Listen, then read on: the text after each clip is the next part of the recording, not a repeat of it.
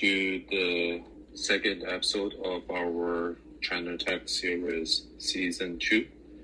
So today we will cover the topics on the Superapps. Hopefully the intro function of calling app just worked, and you can hear the new intro music we added. So today we are going to talk about the Superapps, which is basically you have a giant app on your smartphone, and inside the Super app is a platform for other smaller apps, or sometimes called mini apps or mini programs. And from the show notes, the first item you can see is this article by The Verge talking about the coming trend of super apps. Some of the typical examples of super apps includes things like Wechat and Alipay in China, or Facebook, which would be Facebook, Snap, and TikTok, which are the typical examples in the United States. But super app is definitely a much bigger and mature phenomenon in China. So today we'll mostly focus on the China side of the super app industry. So first, to give you some numbers, if we look at the number of mini apps, or could be called mini programs in Wechat's case. So the second item on the show notes, we can see that we have about 3 million mini apps inside Wechat, while we have about 1 million mini apps inside Alipay. So Wechat is essentially the messaging and social network app that is used by almost every Chinese person. It also has a built-in payment function made by Tencent themselves. And Alipay is mostly just a payment app without the social or messaging functions. So someone might ask, what's the user experience is going to be like if you have those super apps installed on your phone? So let's take a look at what happens after you install one of these super apps and you start just using it daily, and also using the mini apps function inside it. So I just checked my phone on the official Apple App Store, at least on the US region. The installation size for Wechat is about half gigabytes. However, when I checked the actual storage it uses on my phone through the settings, I found out it's closer to 4 gigabytes now. So the actual size is about 8 times the installation size on the App Store.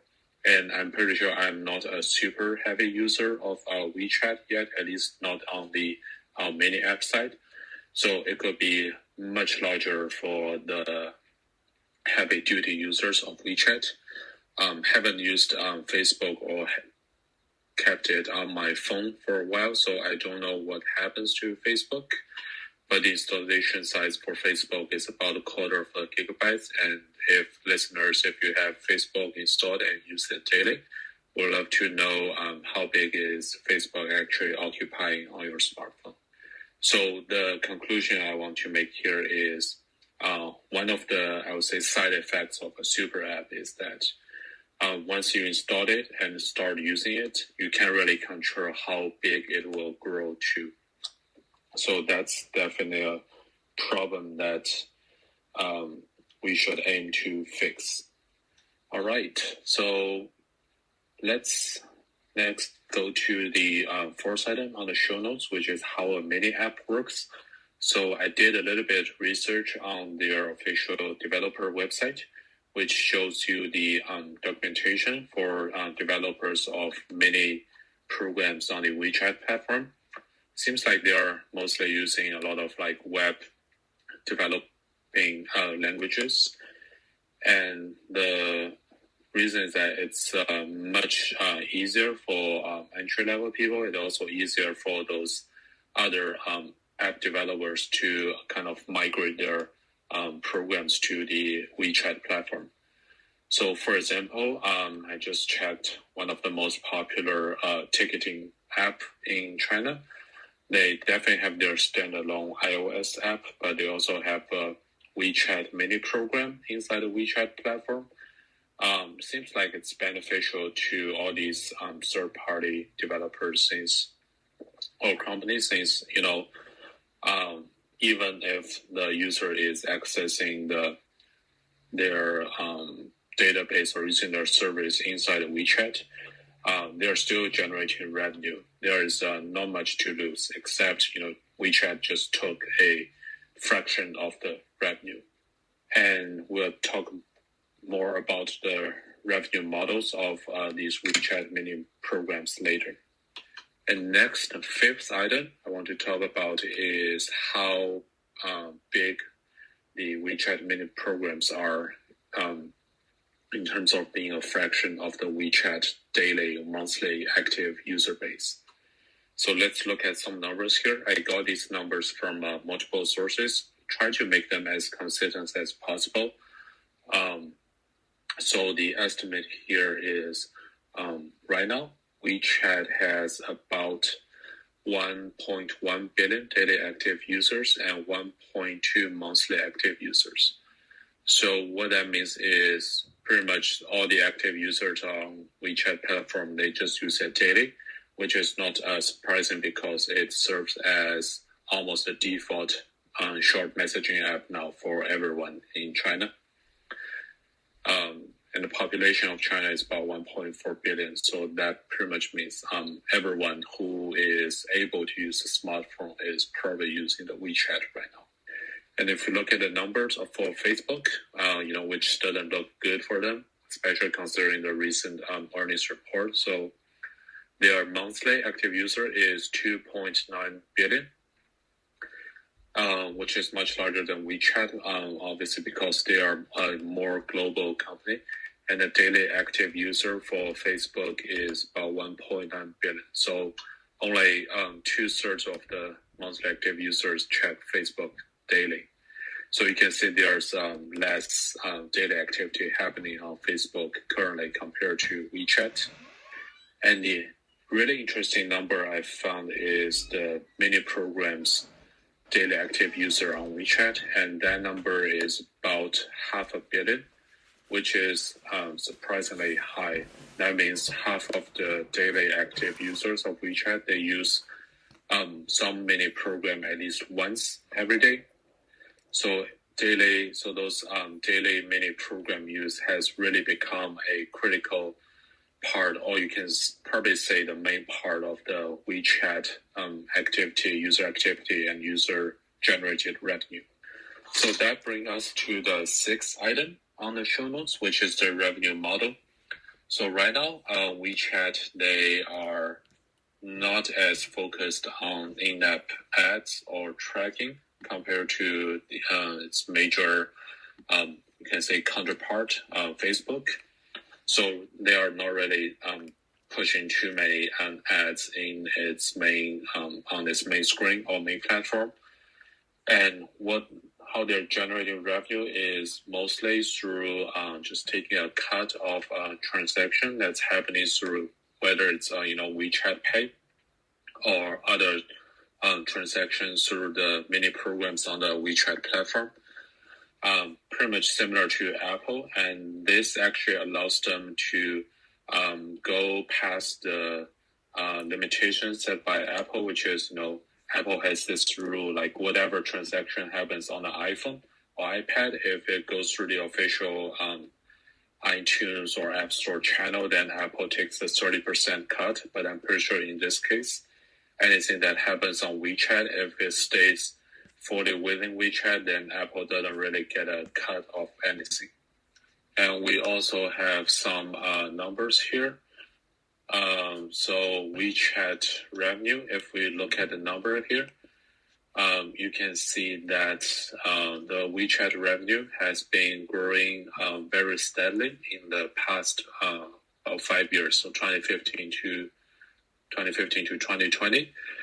And we can see that the WeChat mini programs annual transactions, that's almost a exponential growth. So starting in 2017, that's about 200 billion RMB.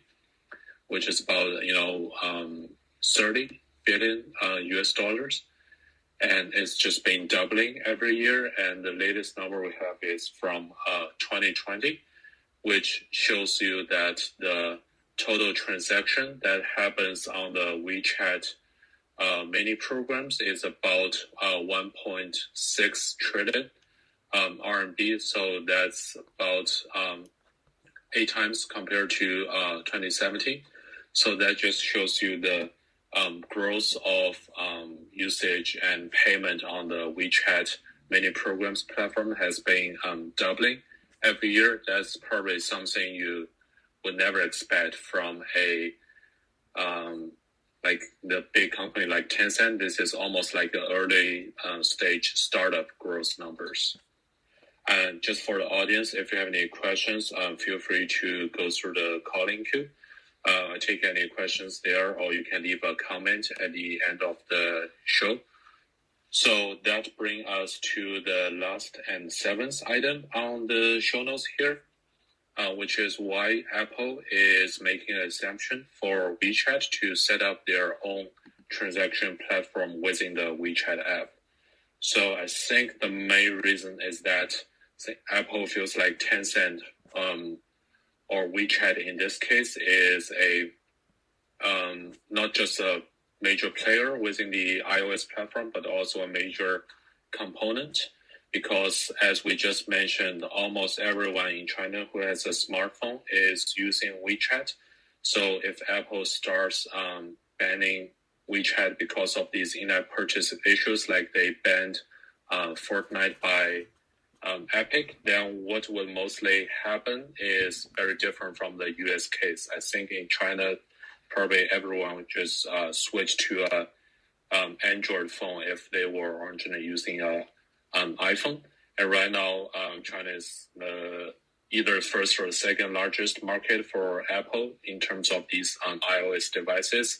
So that's the reason I think they're just making this really rare exemption for WeChat. They're allowing WeChat to set up their own payment system that Apple does not get a cut of the transaction like they do everywhere else for 30%.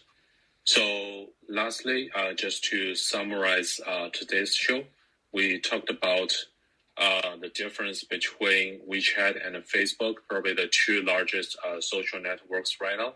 So Facebook is mostly focused on ad revenue, while WeChat is try to give the user a clean experience without any ads, at least on its main screens.